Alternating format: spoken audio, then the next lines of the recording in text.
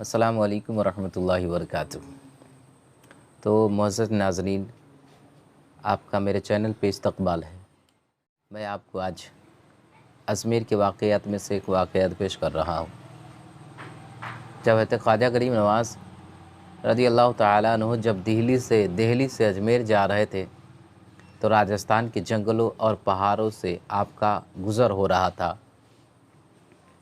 اسی جنگل میں ایک شہاب الدین غوری کا لشکر سے ایک سپاہی بچھڑ گیا تھا۔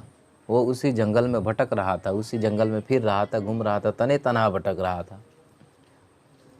جب وہ حضرت خواجہ غریب نواز رحمۃ اللہ تعالیٰ علیہ اور آپ کے ساتھیوں کو دیکھا تو وہ قریب آتا ہے اور آنے کے بعد کہتا ہے کہ آپ مسلمان نظر آتے ہیں،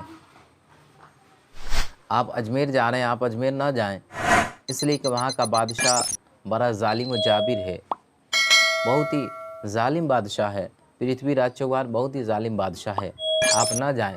اس لیے کہ شہاب الدین غوری جیسا سلطان کامیاب نہ ہو سکا تو آپ تو نہتھے ہیں، آپ کے پاس تو کچھ بھی نہیں ہے، آپ کے پاس اسلحے بھی نہیں ہے، آپ کے پاس نیزے اور برچھی بھی نہیں ہے، آپ کیسے کامیاب ہوں گے؟ آپ کیسے کامیاب و کامران ہوں گے؟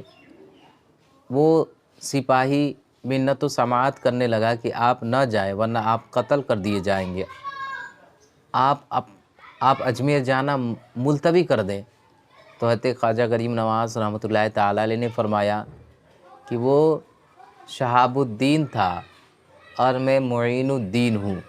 شہاب الدین اپنی مرضی سے آیا تھا اور میں معین الدین رسول اللہ کے مرضی سے آیا ہوں، اللہ کے رسول کے مرضی سے آیا ہوں۔ اور وہ شہاب الدین اپنے اسلحہ، اپنے فوج اور اپنے تلواروں پر بھروسہ کر کے آیا تھا، میں اللہ اس کے رسول پر بھروسہ کر کے آیا ہوں، میں اللہ اس کے رسول پر بھروسہ کر کے آیا ہوں۔ خواجہ غریب نواز رحمۃ اللہ تعالیٰ نے کہا کہ اے میرے بھائی سنو، جو شخص اپنے اسلحے، اپنے فوج پر بھروسہ کر کے آتا ہے وہ شکست کھا سکتا ہے، لیکن جو مرد مومن اللہ اس کے رسول پر بھروسہ کر کے آتا ہے وہ کبھی شکست خوردہ نہیں ہو سکتا۔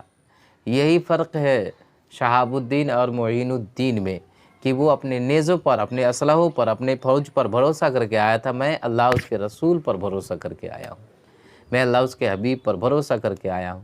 اس کے بعد خواجہ غریب نواز رحمۃ اللہ تعالیٰ علیہ اجمیر کے سرزمین پر پہنچ گئے۔